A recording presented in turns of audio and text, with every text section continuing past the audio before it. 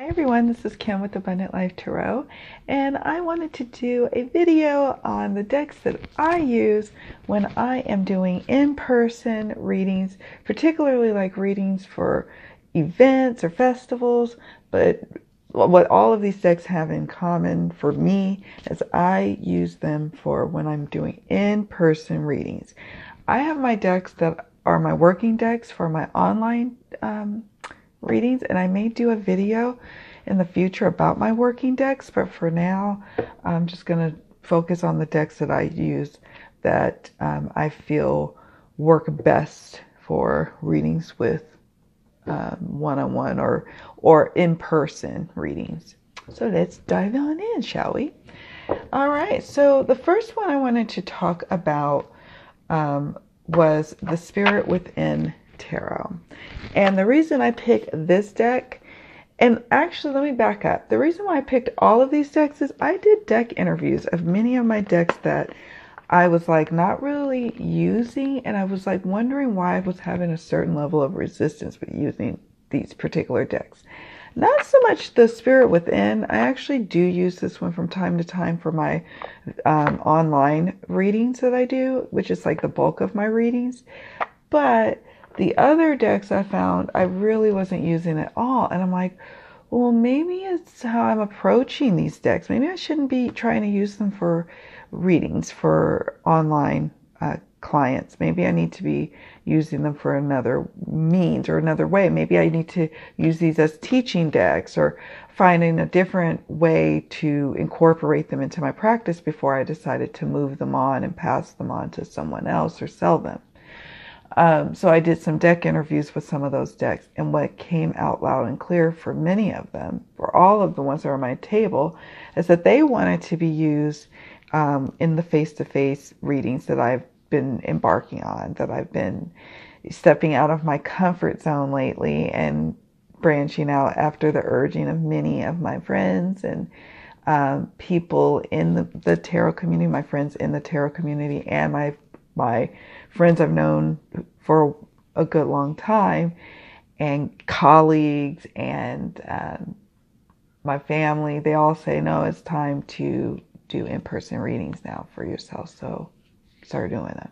And I feel the call. So perfect timing. So that's why I was doing these little deck interviews too, because I was like, well, what decks am I comfortable using for in-person readings, and what decks are clients going to respond well to? And these were the decks that were the ones that came to the top that in those deck interviews that I conducted. And I love The Spirit Within Tarot by Stephen Bright because, and I'll show you why in just a moment here, but you know, it's got these silhouettes.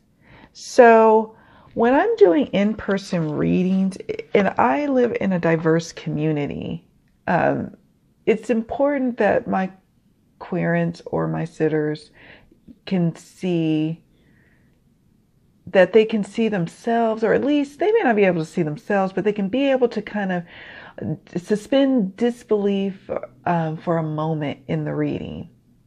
Like, that's what I learned in my writing courses, to suspend disbelief for a moment and really get caught up in the story that's being told in the reading. And this deck, I think, really lends itself to that because it's in silhouettes. I also like that the deck is, you know, there's some things, quite a few things happening in this deck, even though it looks pretty simple. There's some layers that I could pick up on. If the reading, you know, if there's a bunch of people I'm doing readings for and I need to move quickly, this gives me enough information to move quickly in the reading. You know, I don't have to fight a lot for looking for details in the cards, or, you know, this just gives me some basic information I can do quick readings if I need to. But it also gives me deep enough readings that I can dive into. If it's a slower night or a slower party or event, then this deck still gives, it can dish a lot or a little. And I like that. I like that a lot. So yeah, this deck sings in readings with face-to-face readings. It really does. To me, at least. It's singing to me. I don't know about you, but it's singing to me.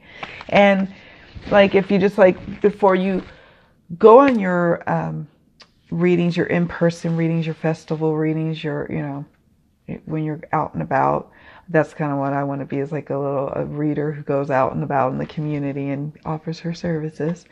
And you could just kind of say, let me brush up on, like, why am I being stumped when I see the Five of Cups in this? I mean, I'm not stumped when I see the Five of Cups depicted in the image. I mean, it's a very Five of Cups moment there. But let's just say that I was like questioning it. It's not, this is a quick little lovely guidebook that I can just quickly say, oh, look, it's got keywords, hardship, isolation, help. It's got a description. It's got like a mantra in your own, like in the first person. I mean, it's a good little guidebook. So this is a very good deck for me when I want to use it with other folks face to face. So put that back in there. Next up is one that surprised me. I literally had it on a list of decks I was going to pass on. But I did a deck interview and asked, did you want to stay with me? And the deck was like, yes, I've got more work to do for you. And in the capacity of doing readings face to face with others. And because I was not, I'll be honest with you, I was not using this deck at all. I used it when I first got it. What was it? Last year? Sometime in early 2017. I can't remember. When I first got it, I used it a few times. I was like, okay, I like this deck. I can dig it. And then I was like, I don't know if I like this deck. So then I just kind of stopped using it. It kind of was in the back of my little chest that I used to hold my tarot decks. And then I was like, I don't know. I made a list of decks that I was going to sell or try to trade or do whatever I was going to do with them. And this one landed on that list. And then lo and behold, it wanted to do something else for me. And I used this recently at a harvest festival at my daughter's school, and the reading was so beautiful. And here's the thing about also doing readings for people and like at festivals and stuff.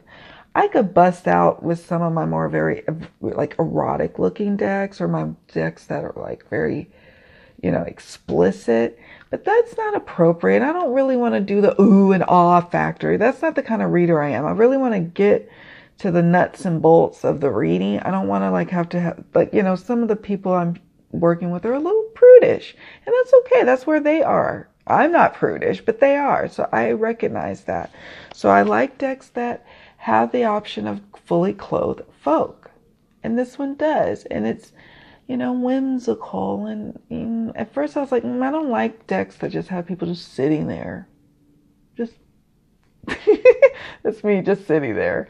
I don't like that. But somehow it works when I'm in that festival setting. Seven of Cups. Six of Cups. And I'm, you know, really into the Rider-Waite-Smith. That's my home system, if you will. So when I see the Six of Cups, I mean, she's got this little whimsical, nostalgic smile on her face, but it's not, because I know what the Six of Cups means.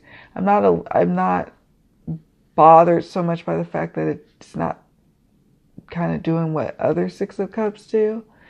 But again, I can see how it might bother other people and why they may not want to work with this deck. But it really, I don't know why. I just read so well with it when I'm reading face to face with people with it. I don't know what it is. And they said it would. I love the Eight of Cups in this deck. Seven of Swords. It's glary. And that's the other thing. I wasn't really inclined to use this deck for my video readings because of the glare. You know, I was like, I can't really use this. So it just never got used anymore. And it is a good predictive and prescriptive divination tool. Here's the Devil. But I just, again, wasn't called to use it because 95% of my readings are done online. So the glare annoys me. What can I say? But I definitely enjoy this deck for in-person readings, surprisingly enough. Seriously, surprisingly enough. And some decks that I did do the deck interview did not cut the mustard. And some of my decks in the deck interviews, I end up unloading like 9 or 10 decks, which for me is a lot because now I'm back down to like 90 decks total with two pre-orders that are pending. I try to, now my goal, and I've been sticking to it for a while, is to keep the collection at 100 or less. And if it gets to 100, I either have to trade or sell. So I sold 9, all of them, all of the ones I sold to a bookstore, my favorite bookstore. And they bought all of them. They were so happy, and I was so happy to sell them. And I was like, yay, it was a win-win.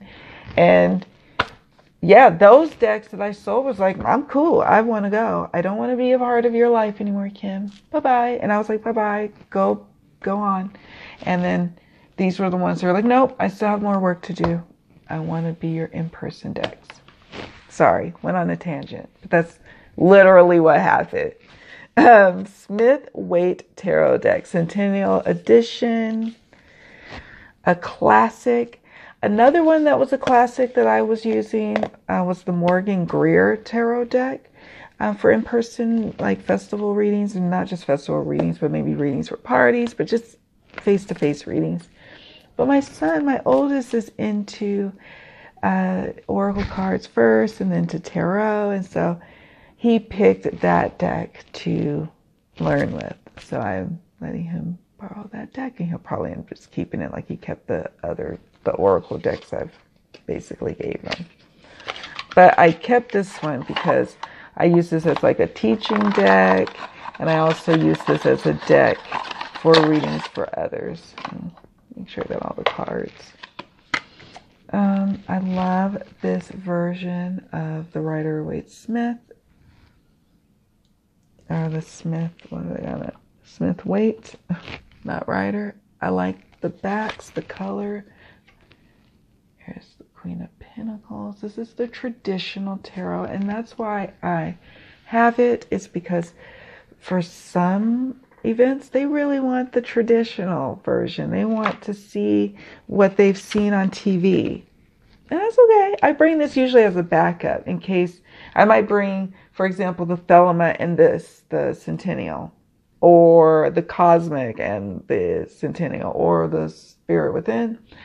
And this is, I usually bring 2 tarot and 1 oracle. Keep it simple.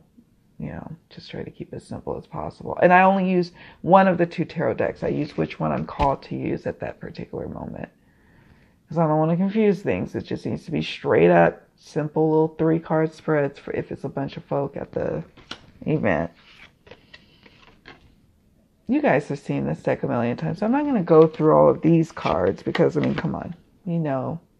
But I just want you to get a feel like why I would use this one or bring this one along. And it's again, I've seen so many Rider-Waite Smith decks, and I don't like the Radiant.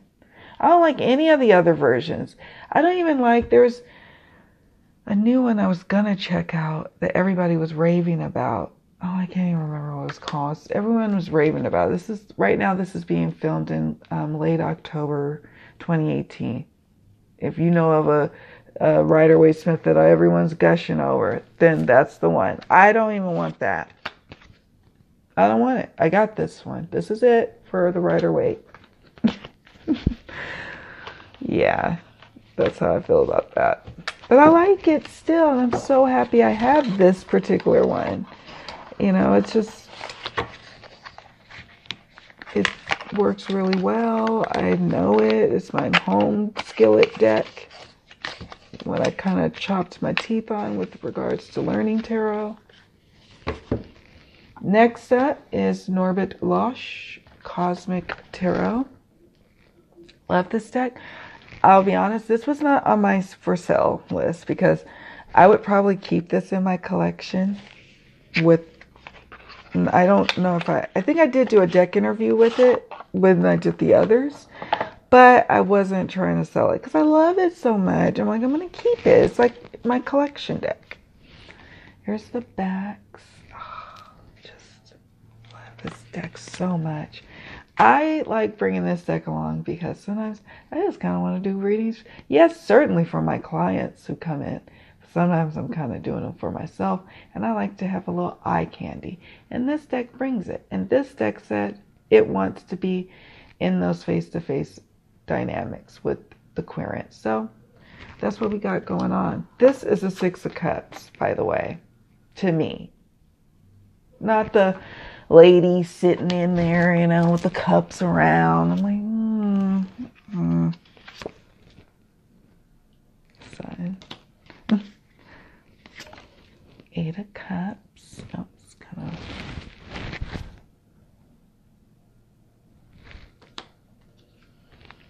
Four of Wands. I really like this deck. And so I wasn't going to give it up. Oh, this is the Moon. I love the Moon card. I wasn't going to give it up, but I didn't know what I was going to do, and I was sad if I wasn't going to be able to use it, you know. But now that my deck has, or my collection, after I sold those, I'm really enjoying the new decks that are coming into my collection, but I'm also really falling in love with the decks that have remained, and I like that. And I think I have a good seasonal selection now of decks that I'm using for both in-person readings as well as video readings, and then as well as readings just for my lonesome, for myself. Here's Temperance. This is the only one. This one does have some nudity, like this card. I don't mind this one so much. This is the extent of the nudity that I want, you know, in a deck for in public readings. Now, if I'm in my home, like where I come from, the Bay Area, and I'm doing readings, oh, the sky's the limit as far as like what tarot decks I bring there. I mean, come on, like it's San Francisco, it's Oakland, it's Berkeley. And if I'm in LA, it's just pretty much the same thing. It's whatever goes, whatever I want to bring to, I don't care what it is, what's showing, what's hanging out. But I live in a suburban area of Sacramento, California, which is the state capital. And yeah, we've got a liberal kind of vibe going, but it's not like the Bay. So I have to recognize that in my environment and not, you know, I'm going to be me, and I am me in all my little glory, but I have to also be mindful of the audience that I'm working with. So, and with that said, as far as like diverse decks, if I'm in events that have, I didn't mention them here because I did a diversity video, like diversity in decks video, maybe about a week ago. And those decks actually, if I was being called to use those in a public setting, I do use those. I don't like to have a lot of my decks that I work with on video or work with for myself to be out in the world, like so to speak. These decks, I don't mind being with others. They're mass produced. I can easily get another copy if something happens to them. They are safe. People are familiar with, like this one, for example. This one, I'm allowed to really use in multiple different settings. This one is for the whimsy and the, you know, pretty princessy stuff going on. So I do incorporate some of my diverse decks. So if you want, to see those decks that I use, check that out. And because I do use those decks, but I just make sure I cleanse those decks. I clear them as best I can because I use those decks for readings for myself. And I really try to keep some decks for myself that I do readings for me. And then I have my readings for the folks in the public that if I leave these in the car and then I clear them later, you know, that's fine. I'm not busting out trying to use these particular decks right after a festival. I have my decks on my shelf right here that I use for myself, or I use for my readings, for my video readings. those are already clear. Those are already ready for me to use. Those are already my decks that I use for my purposes. These decks have been used and touched by people other than me. So that's why I have set decks. It's a weird tarot thing, I know. It's a weird tarot quirk, I know, but what can I say? And then finally, right now, this is the main oracle deck that I use for in-person readings, surprisingly enough. I have a lot of lovely independent oracle decks that I'm going to start interviewing to see if they are ready to be in-person tarot or face-to-face oracle decks. But I haven't had a chance yet. I just did the tarot ones because those were the most important to me at that time.